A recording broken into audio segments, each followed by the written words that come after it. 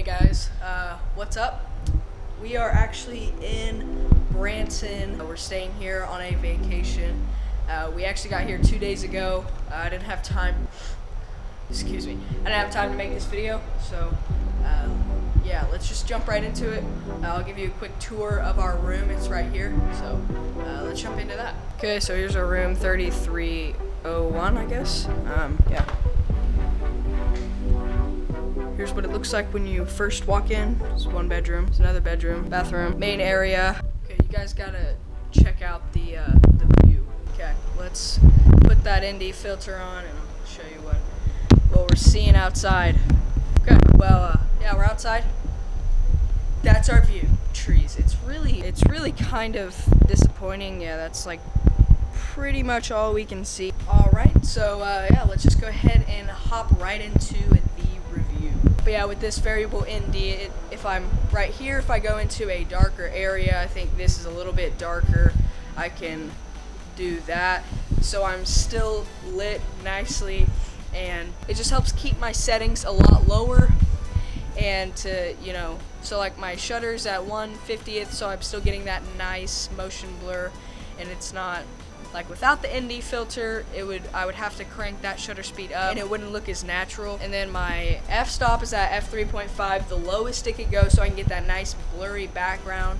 And then I think my ISO is at like 400, so I get the nice crisp image with less noise. This is with the ND filter on, and now let's do a quick test with the ND filter off. Okay, and this is what it looks like just directly off. I've kept all the exact same settings, haven't changed a single thing from when I took it off, took the ND filter off, and this is what it looks like.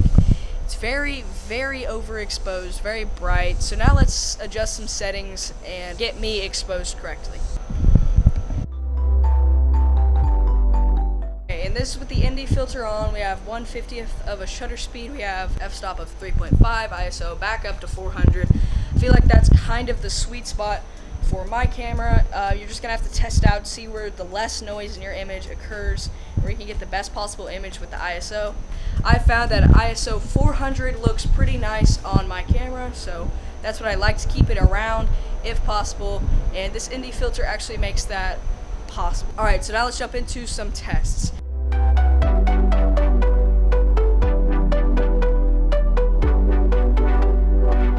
This is where I would keep it for this kind of a shot right here, where there's like right when I go under here we have shade, and this is why I keep walking back and forth just to kind of get the shade right here, and then some light on both sides. And then right here is some really bright areas. So what I try to do when adjusting this, I don't like to adjust it a whole lot while I'm shooting, but I try to adjust for the brightest parts of the image and then let the darker parts be a little bit darker because I can brighten those up in post. But as you can see, it's not terribly dark. My face is still nicely lit, and it's nicely lit over here too because I've exposed it properly. Alright, so I don't feel like there's any vignetting around here so far, so that's good. Let's go to the lowest setting on this ND filter and just, I don't know why I did this, because I know there's not going to be any vignetting occurring while we're doing it at the brightest setting, but let's just crank it to the darkest and see when the vignetting kicks in. Okay, so now I cranked up the ISO to 800 because it was way too dark. Is there any vignetting happening when maybe this will help a little bit if I go like this. Is there any vignetting on the max setting? I can't see any in the LCD, but I don't know if you guys can. Let's come over here. That's a bright spot. Put maybe the four corners of the image there. Is the sky like evenly lit, or is there some parts that are bluer? That's kind of what I'm noticing right here. Just, yeah, so now, but if we go, so it has like a guideline on it from max to minimum. I'm at the max square right here, but let's go past that and see actually when the cross or vignetting actually. I feel like I'm seeing some in this far corner right here, in this corner up here, maybe. But yeah, definitely if we do that, we can see vignetting, and then we can see that cross there.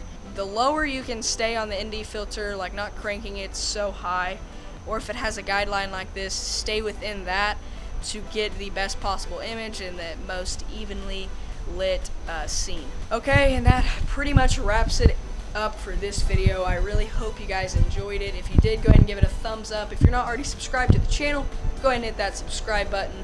And as always, I will see you guys later.